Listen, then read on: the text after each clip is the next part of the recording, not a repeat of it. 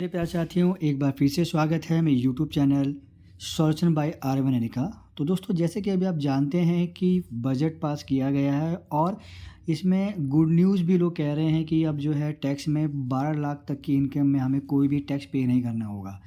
तो मैं इस वीडियो में बताऊंगा कि जो 12 लाख का जो फंडा बता रखा है उसमें टैक्स का जो सिस्टम होगा वो कैसे कैलकुलेट किया जाएगा। कई लोग ऐसे हैं कि जो 12 लाख पे सीधा अपना जो है परसेंटेज जोड़ दे रहे हैं, पर ऐसा नहीं है दोस्तों। उसका एक जो है कैलकुलेशन होता है, वो मैं आपको लाइव करके दिखा दूंगा।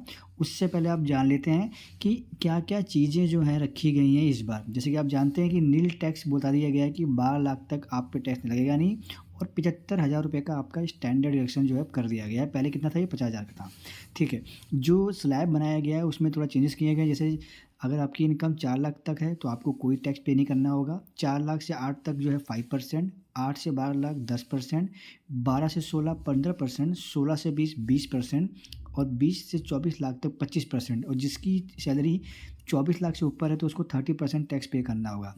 यहाँ पे 0 से 4 लाख, 4 से 8 लाख, 8 से 12, 12 से 16, ये जो फंडा है इसमें कई लोगों को कन्फ्यूजन हो रखा है कि ये टैक्स कैसे पे किया जाएगा।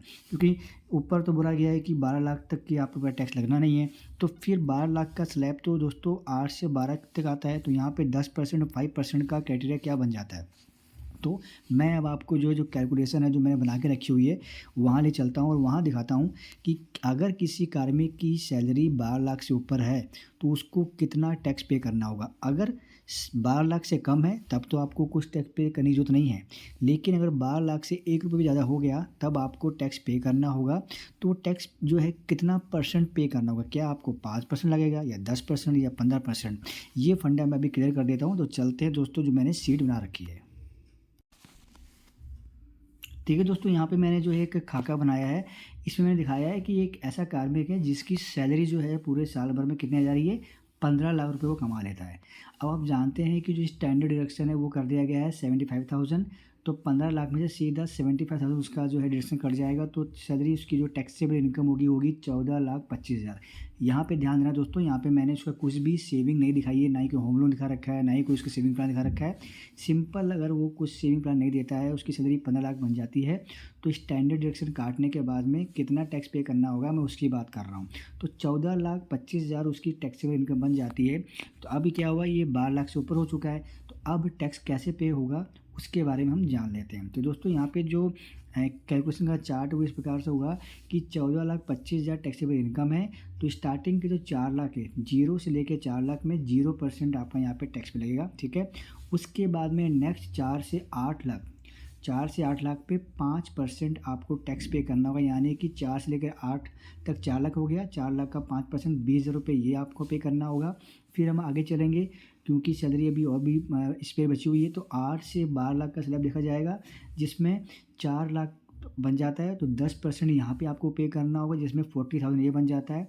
क्योंकि इस कार्मिक की सैलरी 12 लाख से ऊपर की है, तो जो नेक्स्ट स्लैब है अगर 12 लाख से ऊपर जाता है तो आपको 15% टैक्स पे करना होता है।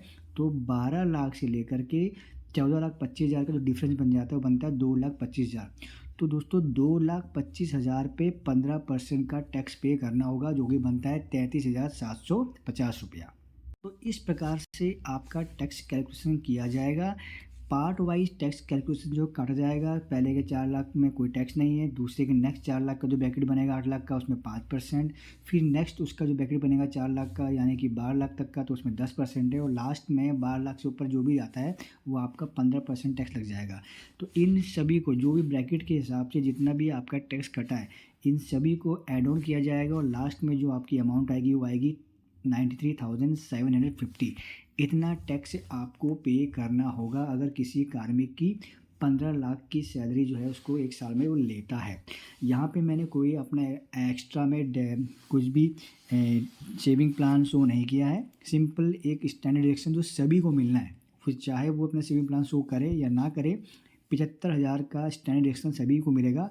तो मैंने वही चीज़ दिखाई है। तो इस प्रकार से आपको टैक्स पे करना होगा, और इस प्रकार से आपने अपना टैक्स का कैलकुलेशन कर लेना है। कन्फ्यूज नहीं होना है, ये नहीं सोचना है कि मेरी सैलरी 14,25,000 हो गई है तो ये मैंने 12 लाख से क्रॉस कर दिया है, इसका मतलब मेरे को 15% टैक्स पे करना होगा। नहीं दोस्तों, ऐसा नहीं होगा। पार्ट वाइज जो है 0%, 5%, 10% का चार्ज दिखा रखा है, उसके हिसाब से आपको टैक्स को पे करना होगा। तो दोस्तों मैं आशा करता हूँ कि जो मैं चीज़ें एक्सप्लेन करी आपको समझ में आ गई होगी। अगर फिर भी कोई डाउट है तो कमेंट बॉक्स में कमेंट कर दीजिएगा। इसके अलावा मैंने एक पे कमीशन में कितनी सैलरी आपकी बन सकती है, किसको सबसे ज़्यादा बेनिफिट सैलरी मिल सकता है, इन दोनों ही वीडियोस मैंने बना के रखी हुई है। ये जो आई बटन दिख रहा है यहाँ पे आपको वीडियो का लिंक मिल जाएगा, आप क्लिक कर सकते हो, जाके देख सकते हैं कि 8 पे कमीशन में क्या चीज़ें इस बार रहने वाली है। तो दोस्तों आशा करता हूँ वीडियो इन्फॉर्मेटिव लगी होगी। पहली बार आए हैं चैनल को सब्सक्राइब कर लीजिएगा। मिलेंगे नेक्स्ट अपडेट वीडियो के साथ, जब तक के लिए नमस्कार मेरे प्यारे साथियों।